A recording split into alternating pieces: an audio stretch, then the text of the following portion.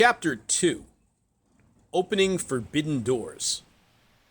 If Dixie was dumb enough to fall into the portal in that bathroom, then maybe there should be some goofy oval-shaped footprints lurking around here somewhere, if these portals lead to the same place, thought Chili. She kept her eyes peeled for any sign of fresh tracks on the snow, especially anything that would resemble any trace of her best friend. I really wish that bastard had left a note, or a warning not to be as stupid as him, she groaned. As she fought these thoughts, she continued climbing, and soon she found herself feeling surprisingly calm. That is, until she looked at the horizon behind her and saw a small flock of birds flapping their wings. They were headed towards the mountain. As she stared closer, she realized the birds must have been gigantic, seeing how they must still be a great deal away. And as they approached and changed direction to avoid crashing into the mountain, she could see them silhouetted against the sky. Chili convulsed with alarm. These things did not look like birds at all. If tree trunks could fly and lie horizontally as they flapped their branches like wings, this is what she was seeing. But trees aren't supposed to fly, right? Right? She cried to no one in particular. Chili Sue tried to let her memory trace into any knowledge that could justify the typical flight dynamics of inanimate plant life. But this whole scene was more than she could handle. Okay, master yourself. Master yourself, she kept screaming to herself. This place is actually a paradise. Look around. But the key is right there. Master yourself. Once she calmed down enough, she took 5 more deep breaths and looked around. Great advice, Chili, she complimented herself as she continued to study the landscape. Scanning for tracks, she considered maybe she had missed Dixie's footprints. Whatever, she grunted. Stop depleting your energy with hysterics. The plateau was getting closer. She picked up the pace, even though her cardio wasn't that good. If Dixie was around, then perhaps from that elevation she could see, maybe, his giant head bobbing around in the valley somewhere. Chili Sue climbed up higher and higher. The worst thing about this place was that she could never actually see the sun. There was just a gradient of brighter golden light coming from what she guessed had to have been the direction of the west. Finally, she made it. The view was very good up here. As she looked around, she couldn't see anything else that resembled the familiar valleys of Siena. The cloudy haze encircling the distant horizon had started to break, but this revelation only made her pale. She could see multiple moons hovering on the horizon that were completely unnatural, and the piles of dirt in the clouds were not an illusion due to the haze. They literally were just piles of stuff resting on top of them. There were also strange triangle-shaped objects floating in the sky. They looked like moons at first. They were about the same size of them at least, and they were the same white hazy color of them, but they were shaped like upside-down pyramids. Chili Sue stumbled backwards and fell on her butt in alarm. If this was Mount Muhadeu, this certainly wasn't Earth. Must get up higher, was all she could think. There must be a better view from there. If that's southeast, then behind this mountain must be northwest. Damn it. The plateau was like a step at the bottom of another slope. And the top of the slope was what she guessed was yet another plateau, but she had to reach the summit. Chili climbed up another 200 yards, looking around for a friend. Still nothing. Now the light in the sky was starting to dim fast. The entire dome of sky above her went from a beautiful golden to a surreal sight. Instead of a nice dark sky with white stars scattered all over, she was treated to a bizarre-looking dark evergreen sky with blue stars scattered all over the heavens. By this time, she didn't care anymore. This was all too weird, but she was getting used to it. She convinced herself multiple times that she wasn't dreaming after punching her legs hard and giving herself a few Charlie horses in the process. But after realizing she needed to conserve energy, she just decided to stop beating herself up and accepting the reality of the circumstances. Luckily, one thing that took sooner to get comfortable with were these strange plants she kept stumbling upon. Good for her. They seemed to be edible. They were all over the trail in the upper regions. Such peculiar fruit, if fruit it was. They were wrapped in a red and white striped container with roots that grew like a weed. They were filled with what looked like edible red-colored berries inside. They looked like candy in a popcorn bag. Now this truly is peculiar, Chili thought. Common sense told her not to pick up strange food along the ground. At first, she avoided any thought in her mind about eating it and remembered her power bars in her bag. But the plants were too tempting to ignore, despite the fact that, with their bright colors, they would likely have been poisonous or at best hallucinogenic. Huh, maybe I already swallowed one of these accidentally, she thought. After a while, as she kept feeling hungrier, Chili Sue finally relented, and she grabbed one of these inexplicably odd-looking cartons and, sniffing its contents, she couldn't resist this thing. To hell with her conservative power bars. The smell coming out of the plant was invigorating. It smelled like some sort of raspberry. And as she reached over to pick another one up, the aroma alone resurrected her limbs as if she had just drunk half a bottle of fire cider. Ah, forget it, she gambled. Life was too short anyways. As she studied the berries, she was surprised, for many of them were shaped like red gummy candies that kids would eat. But the berries resembled the shape of those giant Easter Island heads, the same ones she had seen in travel magazines. She finally had to confess to herself how tasty they looked. It was going to drive her nuts not to try one. She closed her eyes and played one potato, two potato to pick her dinner between the popcorn plant and her power bars. The popcorn won. Carelessly, Chili threw one of the gummy berries in her mouth and swallowed it before she could change her mind.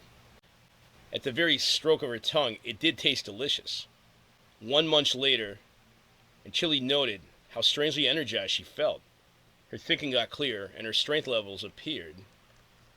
Wow, they appeared to increase so much without hardly having to induce any effort to move. Soon she found herself running up the slope like a gazelle. Damn lucky, maybe, she said to herself. It was as if fate had placed this energy source here for her convenience. Once she reached the second plateau, Chili Sue didn't even turn around to get a look at the view. She just kept marveling at her feet as they sped across the flat surface. She was so excited by this newfound ability that she found herself picking up her speed even more. Finally, she looked to her left. From this vantage point, she could see what she guessed was the southern skyline left of the plateau. The haze had completely disintegrated, and far away in that direction, Chili could see it. A desert plain that made her wonder if those were the speed traps of Peapody's Nice. That looked comforting. Then, looking up at the sky above to her left, where the thick clouds had once stood, she could see another one of those upside-down triangle pyramids floating up there. It was titanic. She slowed down and stared at it in wonder. It almost looked like a spaceship. There were clearly linear designs on it that were too complex to be a natural astral body, and it had extensions protruding from its underside like some sort of antenna. "All right," she said to no one. "None of this makes sense. Not this landscape, or how she got here, or her newfound strength." Straight ahead, along the plateau, was a giant set of oxidized-looking bronze double doors. This first sight of anything resembling civilization gave her a much-needed sense of comfort. They couldn't have been more than a half a mile away. They were carved into the snowy mountainside and were nested underneath a large snow-carven alligator head. An entrance there, leading into the mountain. Wow. And beyond, it was plain that climbing the rest of the slope would have been impossible without climbing gear. The incline was way too steep. If this had been a legitimate ski patrol trail on Mount Mojadeo at one time, it would have had to have been a black diamond race to the second power, thought Chili. As she approached the doors, Chili Sue was surprised to find herself whistling one of Strength from Orange's more popular hit tunes. It was stuck in her head, and she wished it wasn't. Even if she didn't know "I've Been Working on the Railroad" was an original song at all. She cursed herself as she continued to run. She couldn't stand how songs got stuck in her head so much, and she didn't like Strength from Orange's music one bit. It just happened to be a catchy tune. I wonder if those poor bastards are out here wandering around somewhere too, Chili thought as she surveyed the landscapes. Dorian Bramlett definitely wrote some of the most obnoxious music ever to grace the human race, but I still wouldn't wish getting stranded out here in this Bermuda Triangle upon anyone. Of course, that was assuming Chili really was on Mount Muhadeu, near Ziana, and so was Dorian. No, really, where the hell am I? She thought. Chili reached the doors. She tried a few knocks at the entrance, followed by a pause. And once concluding that no one existed in this part of the world anyway, she gave the doors a push. They weren't locked, but it took a few correctly landed shoves by the edge of the door handles to open them. The hinges may have been rusted, and it looked like no one had used this entrance in ages. Inside, she found herself on a cobblestone walkway with an intimidating precipice dropping into a black abyss on either side. There were no light fixtures, lamps, or torches, yet the whole walkway was enclosed by a large hollow chamber radiating a dark green glow from the rock wall. At the end of the walkway was a large black chasm leading to a surrounding abyss. More and more darkness everywhere. The darkness here was thicker than before, and it made her uneasy. It took her a few moments to adjust to the dimmer surroundings. But across the chasm lay another giant pillar, slightly taller in height to the platform she was standing on. Laying on top of the pillar was a large blue quartz statue like the ones outside. It resembled a wise-looking guru sitting cross-legged and wearing a mask that concealed the face with curling hair. Although the thing looked inanimate, it felt alive in a way that Chili Sue could not begin to describe. So she half waited for it to speak to her. But after 5 minutes of staring at each other, Chili Sue decided to walk away. As she approached the exit, she could feel a presence behind her. It felt intense, as if the statue had somehow snuck up inches from behind her in all its towering dread. But when Chili turned around, there was no one there, only the statue looking at her as before. Plucking up her courage, she spoke up and asked it where she was, but still no response. "Oh, man," she yelled in a panic. And then the statue spoke, and in her own language. And this only made her yelp out loud, even a bigger scream.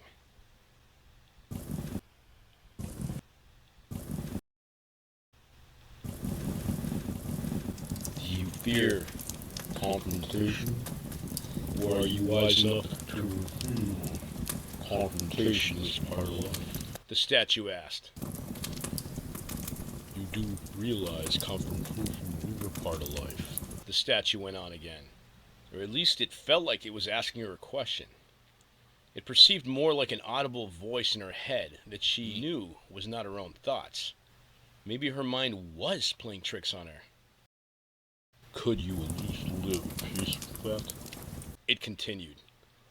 Although some would tell you it would be wise to avoid adversity altogether, it doesn't change the reality that things happen to stunt you.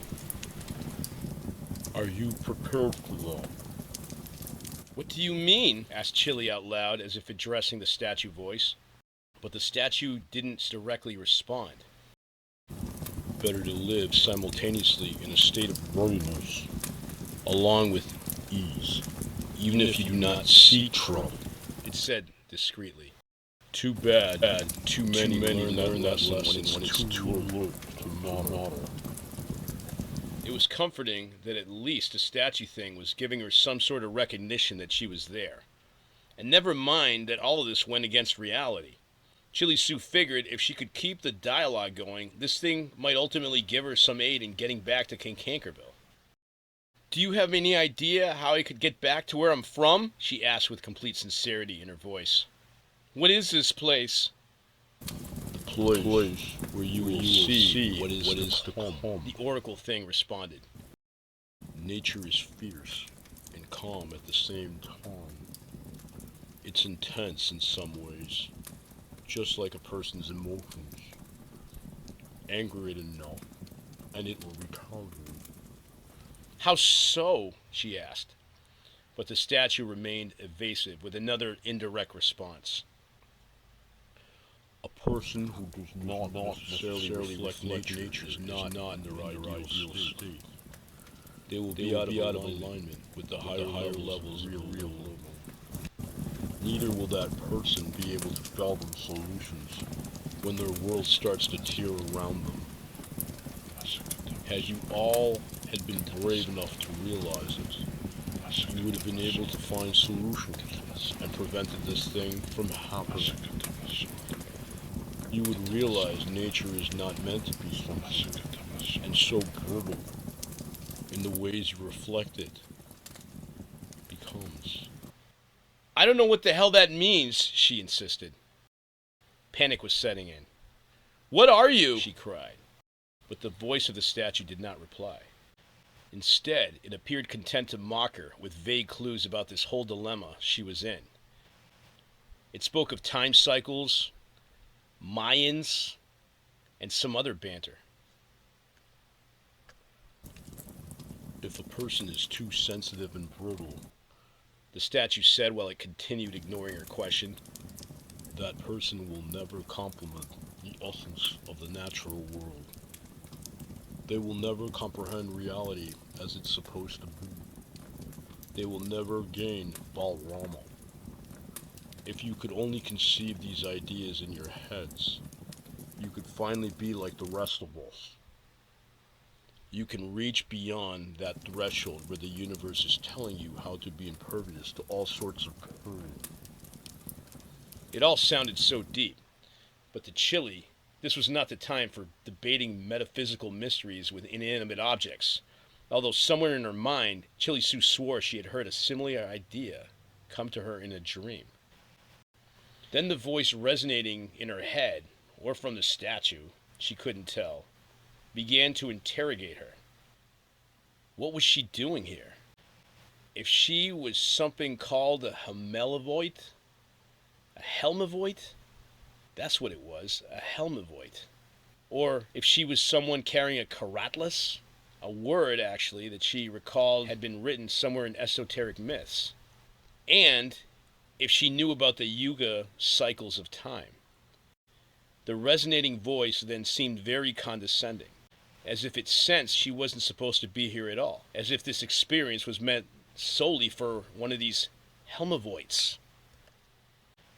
No, I do not have a Karatlas on me, she answered back. But she didn't even know what that meant. So frustrating. The statue wouldn't answer any of her questions.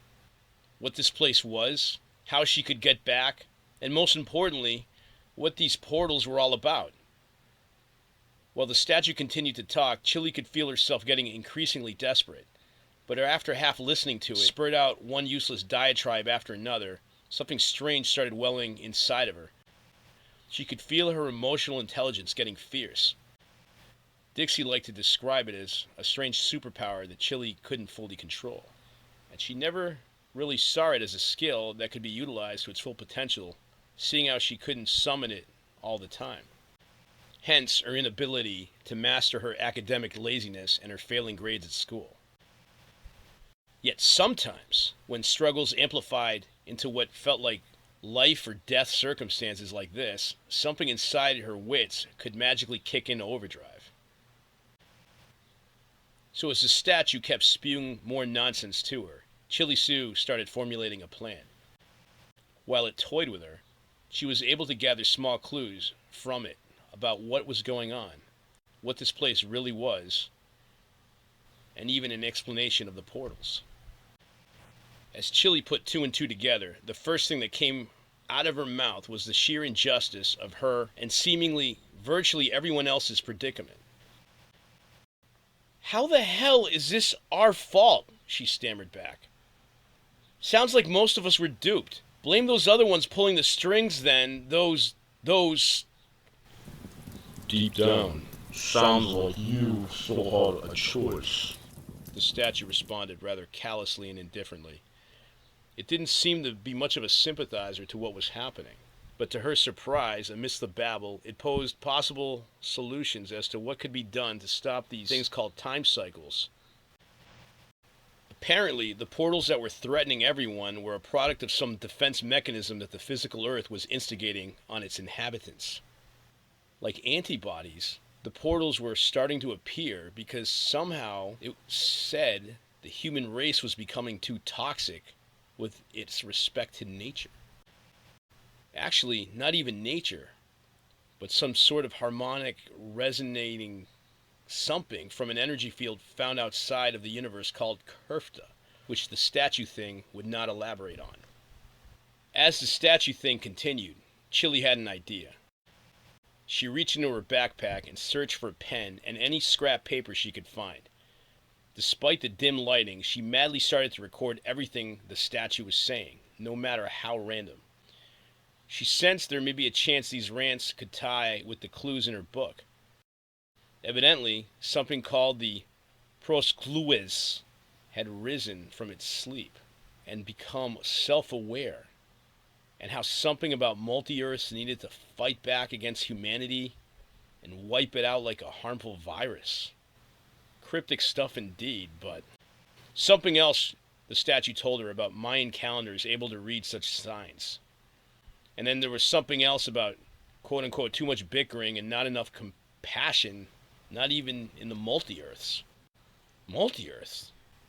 Chili wondered. Self-destruction is bound to happen to those without true enlightenment, said the voice of the statue. None of this should even surprise you. Find the exits. Exits? Chili cried. Portals across phantom oceans, said the voice almost mischievously. but you will never get there. You are not a Helmervoid. You do not know the Lord. We will not do anything to you. Nature decides your fate on its own. Chili Sue kept pressing it to explain itself. What it was, how it claimed to know these things, how it could speak her own language. But the statue did not respond. In fact, the resonance that she could feel radiating from it had disappeared. It was like some soul that gave it a voice had left it. Finally, Chili gave up. Slowly, she walked out of the chamber in a solemn mood and with her head bowed. She didn't know if anyone was secretly watching her this whole time, but she refused to show despair. She opened the doors and was strangely blinded by the dark green sky radiating over the ski slope outside, even if it looked to be nighttime. Compared to the stuffiness of the chamber, the slightly fresher air hit her like a slap of sweet ointment that resurrected her spirits. But even now, this place still made her feel like she was indoors. Walking up to another nearby rock, Chili Sue sat down and opened up the comforting pages of Esoteric Myths once again. She could barely read the text in it. The moons were glowing now, but they were too far away. The strange triangular-shaped spaceships in the sky now appeared like black shadows floating up there. The silhouettes of a few more of those strange tree-shaped objects could be seen flying overhead. As Chili Sue skimmed through Esoteric Myths, she found some similar connections there to the note she took and had to smile. She had no idea what half of these things meant, but she felt like she had outwitted a statue thing. Or at least she hoped so with all her heart. For 2 hours, Chili Sue sat on the large rock near the double doors. Where the hell was she? She scanned the entire landscape. The clouds were gathering along the horizon again and blocking the far-off countryside. But aside from the blue statues everywhere, this had to be Mount Muhideo. Chili closed her eyes and relaxed on the rock.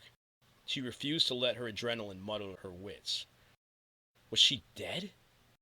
If she was, this didn't seem so bad.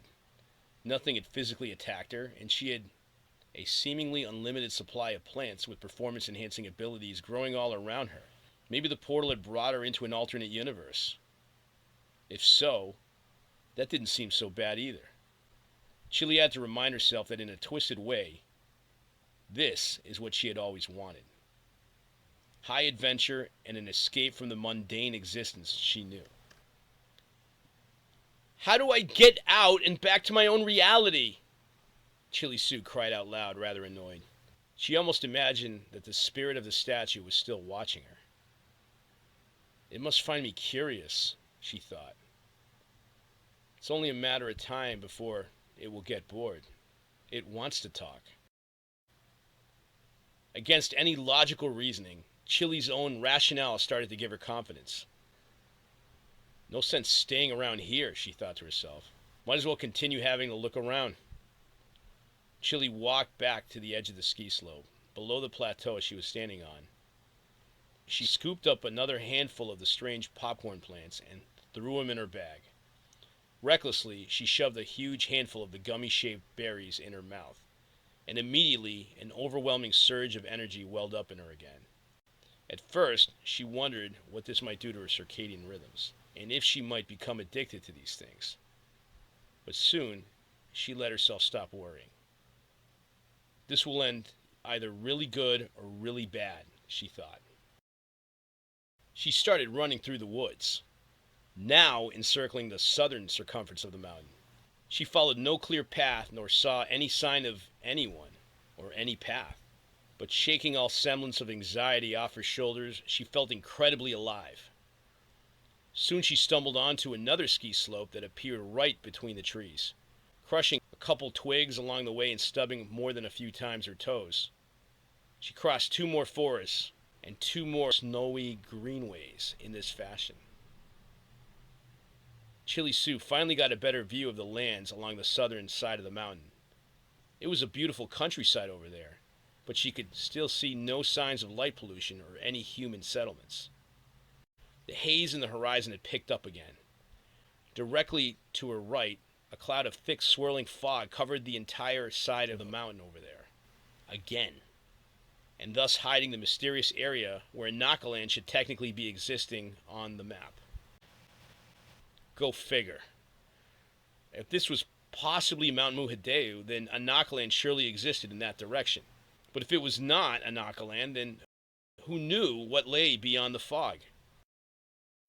She didn't like the fog's unique motion.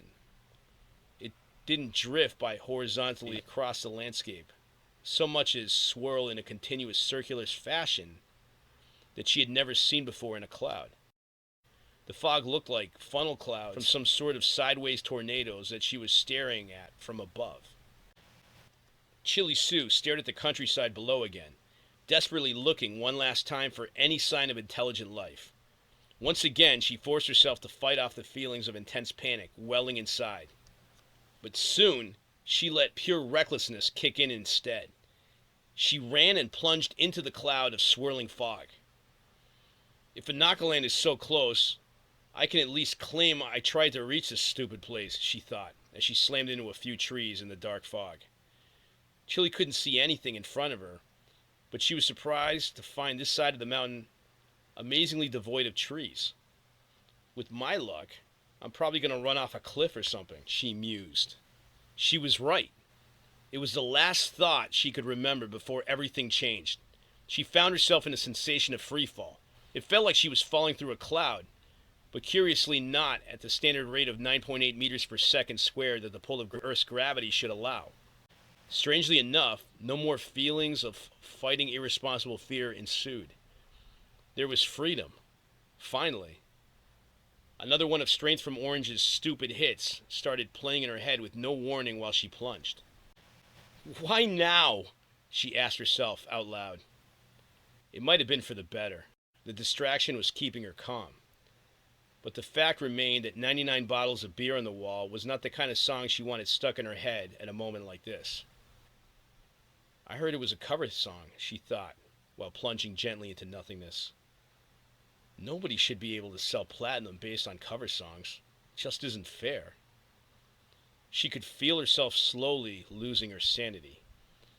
But as she continued to plummet, she closed her eyes and relaxed, succumbing to the rapture of nothingness.